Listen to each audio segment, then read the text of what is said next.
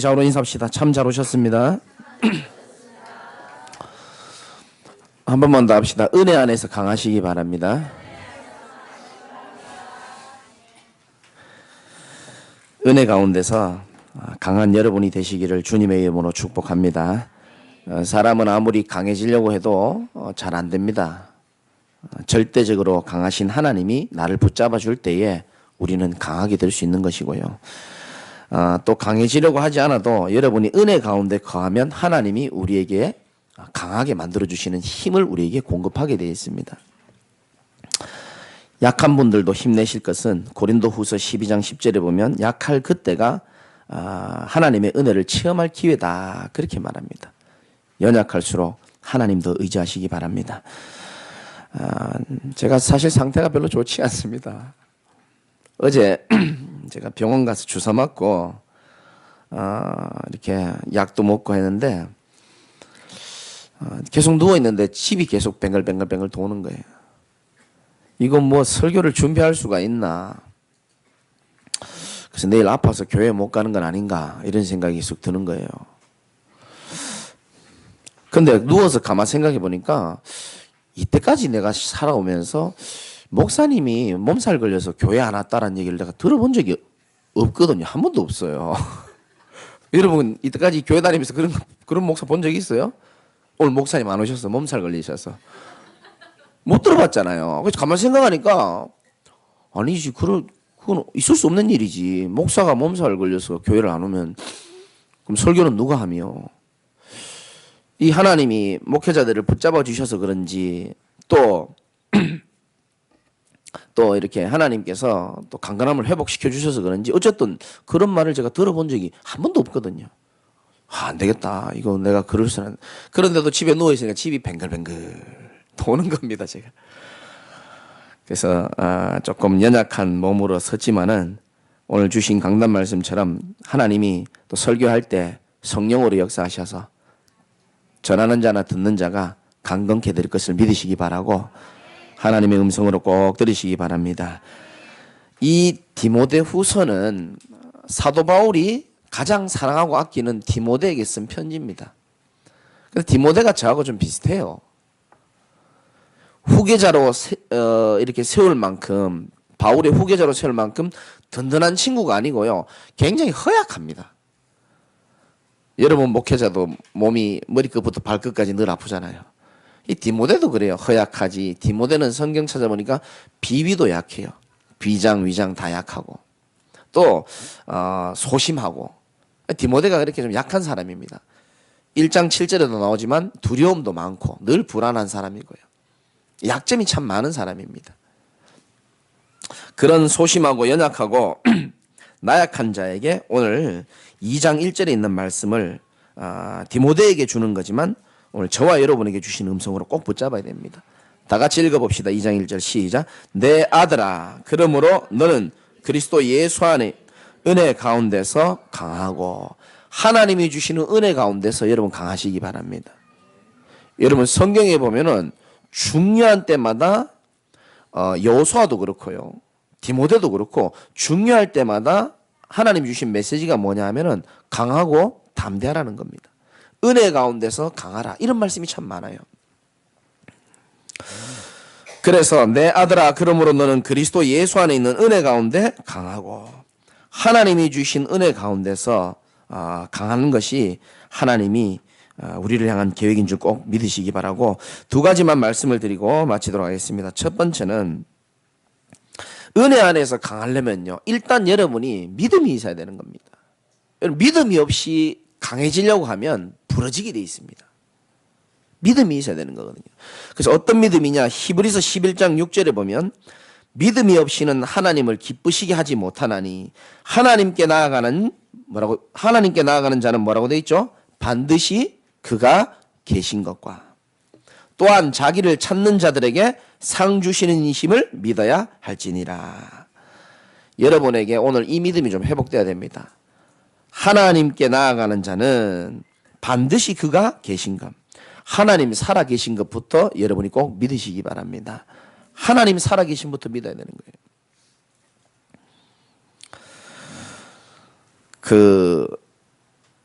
참으로 신실하게라는 책이 있는데 거기에 보면 어떤 이런 예화가 있습니다.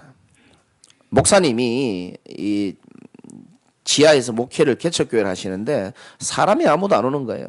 아무리 진리를 선포해도 사람이 안 오는 겁니다. 그래가지고 가슴이 답답하고 마음이 답답해가지고 놀이터를 갔더니 놀이터에 누가 있다고요? 마술사가 있는 거예요. 마술사가. 이 마술은 다 거짓 아닙니까 사실은.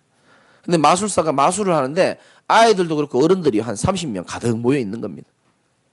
그래서 막 거짓으로 하는 거 속이고 하는데도 사람들은 좋다고요. 막 신기하다고 막 박수를 치고. 목사님이 마술사에게 푸념을 한 겁니다. 아니 당신은 사실 이거 다 사기 아니냐, 거짓 아니냐. 그런데 왜 이렇게 사람들이 많이 모이냐. 나는 진리를 말하는데 아무도 내는 찾아오지도 않고 당신은 지금 거짓을 가지고 하는데 사람들이 많이 모인다. 그 마술사가 이렇게 대답합니다. 목사님, 저는 거짓을 진짜처럼 하기 때문에 사람이 모이고 목사님은 진짜를 갖다가 가짜처럼 말하지는 않았냐. 이런 얘기를 마술사가 전달한 겁니다.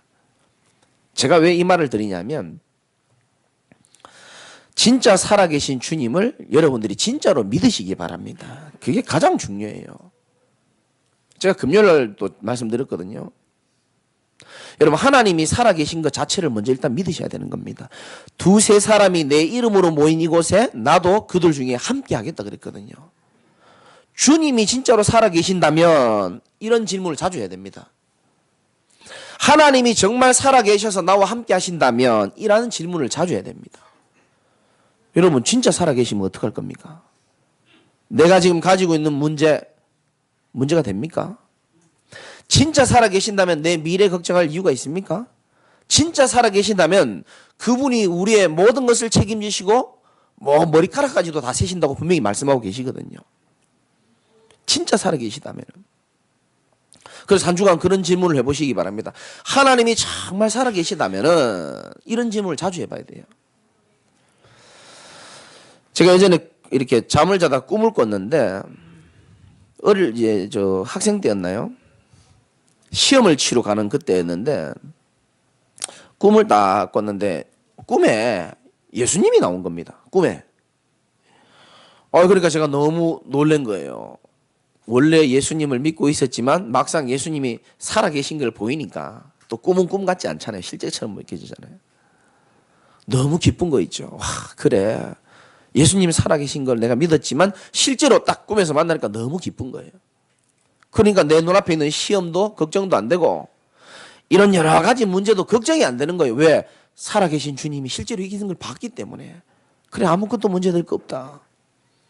그리고 이제 잠이 깬 거죠. 깨니까 예수님이 안 보이는 거예요. 에이. 근데 그때 주님이 제 마음속에 그런 음성을 주시는 겁니다. 눈에 안 보이지만 지금도 너와 함께 계시기 때문에 너는 주님이 항상 살아계셔서 너와 함께 계시는 것처럼 살았으면 좋겠다. 제게 주신 음성이었습니다. 실제로 살아계신 주님이 실제로 여러분과 함께 하시고 여러분 삶의 모든 것을 주관하고 계시다는 사실, 그것부터 먼저 믿으시기 바랍니다. 주님 살아계신 것부터 믿어야 돼요. 그것만큼 중요한 게 없습니다. 반드시 그가 계신 것과,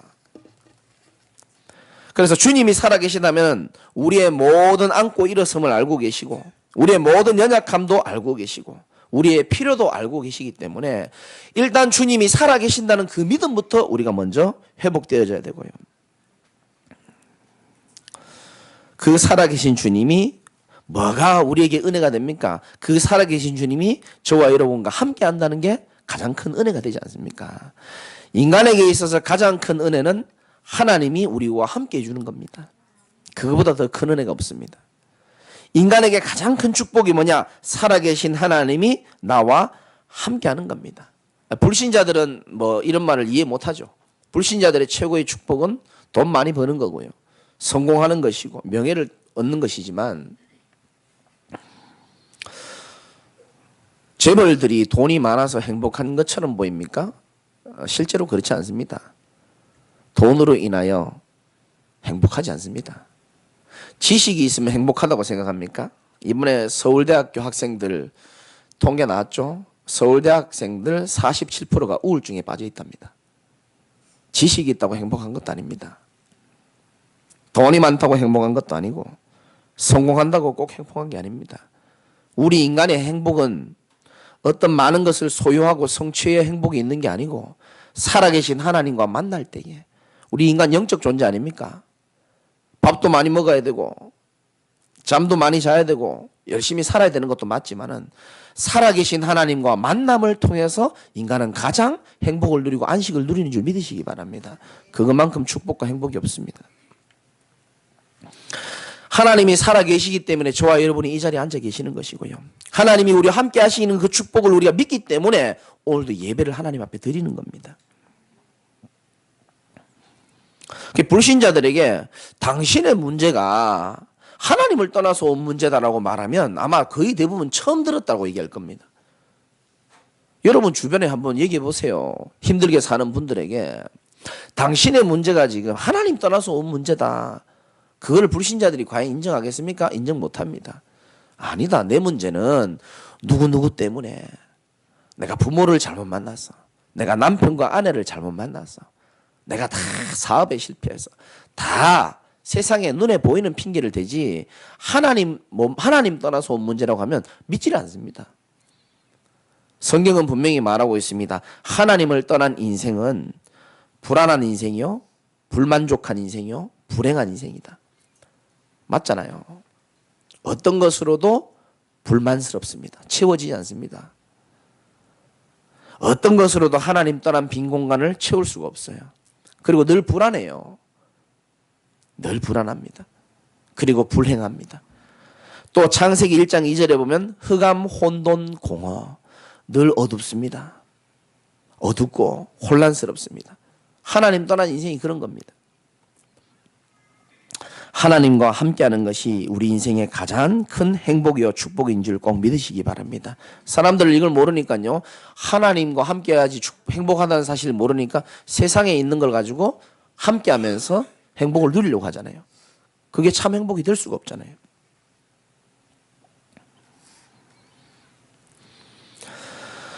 은혜 가운데서 강하라 그렇게 말했습니다. 우리가 받은 은혜 중에 가장 큰 은혜가 뭐죠?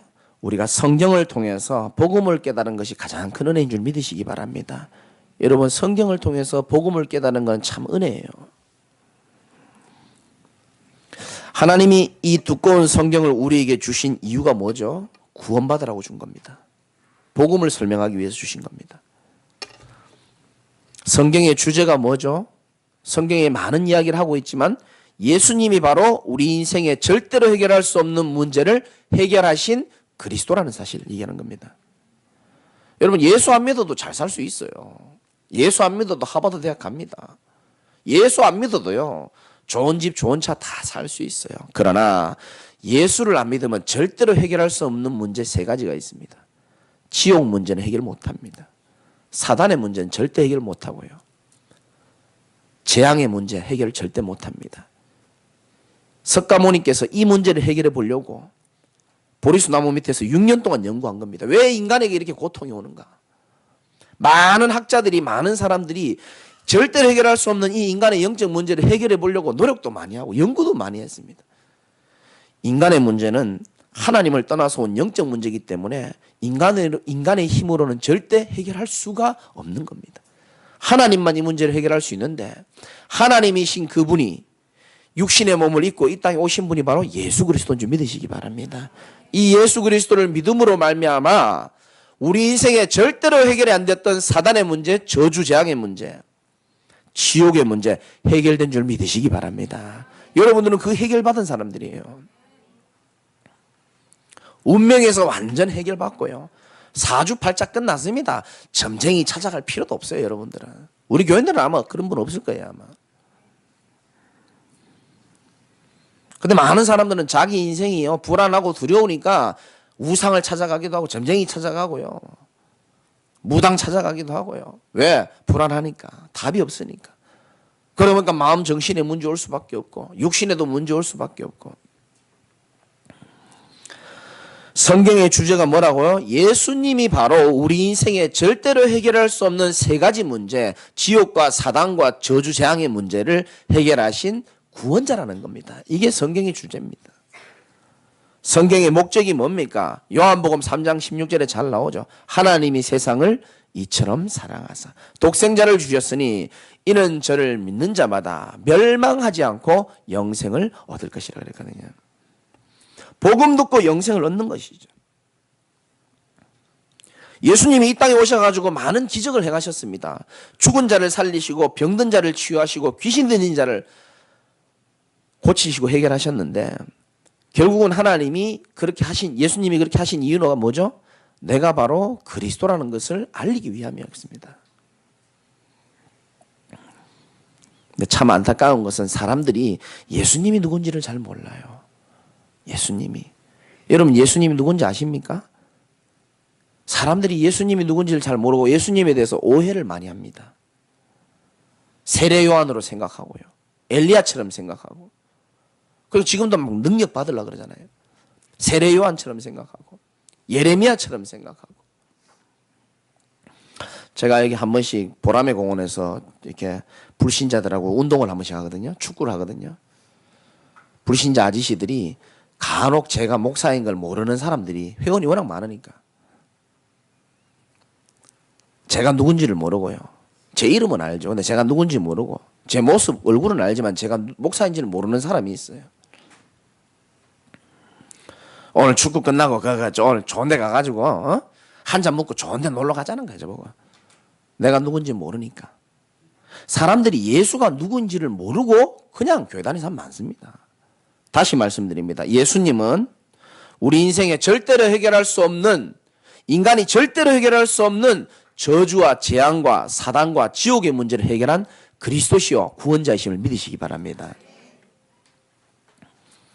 베드로가 이 말 했잖아요. 주는 그리스도시요 살아계신 하나님의 아들이십니다.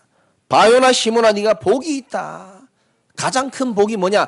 예수님이 그리스도한 사실을 아는 게 가장 큰 복인 겁니다.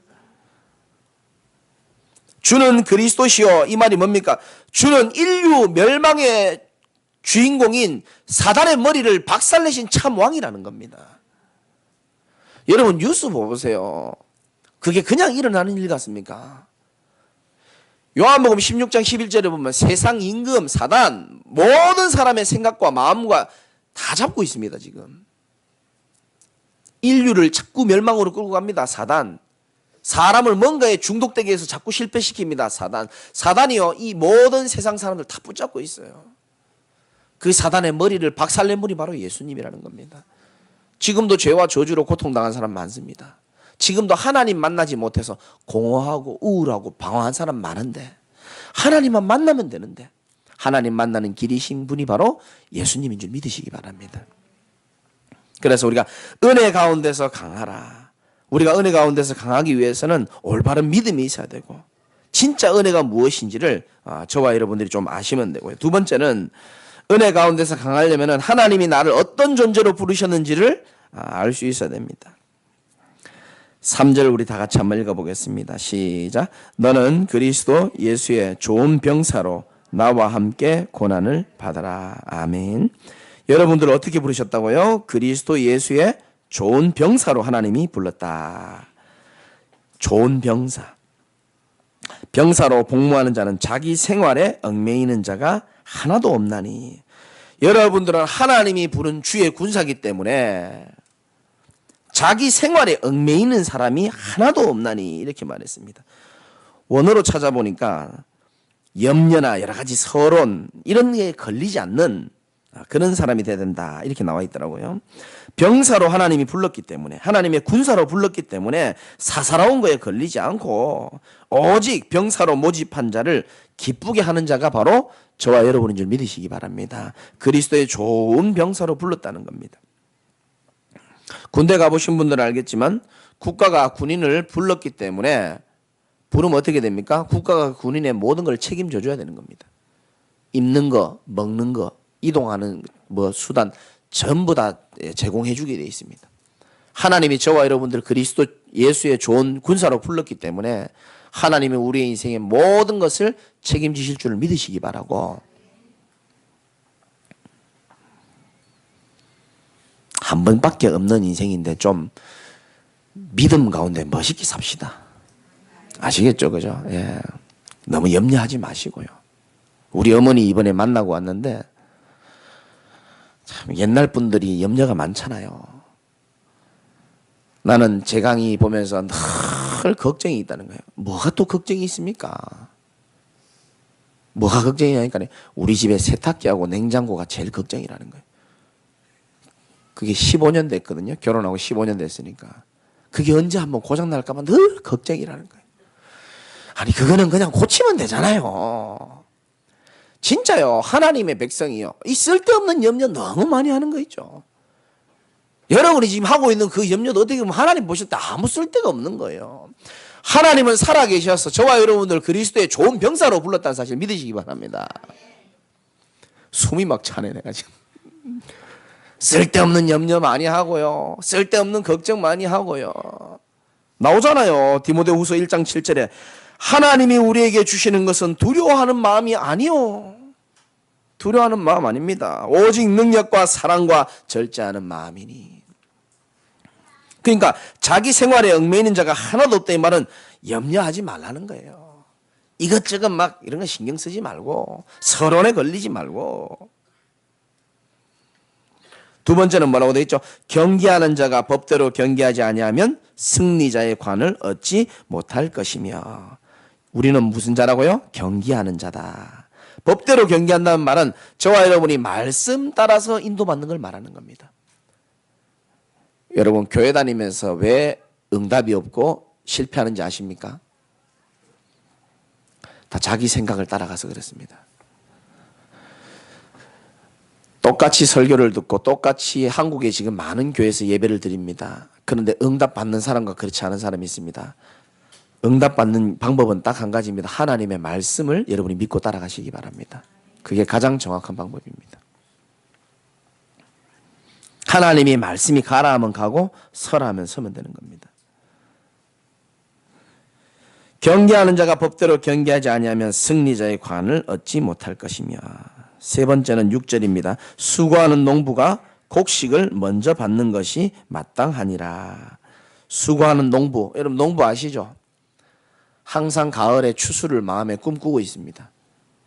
봄부터 씨를 뿌리고 부지런히 땀을 흘리고 성실하게 수고하는, 저와 여러분들이요 정말 그 후대를 위해서, 가족을 위해서, 교회를 위하여서 수고하고 눈물로 씨를 뿌리기도 하고요.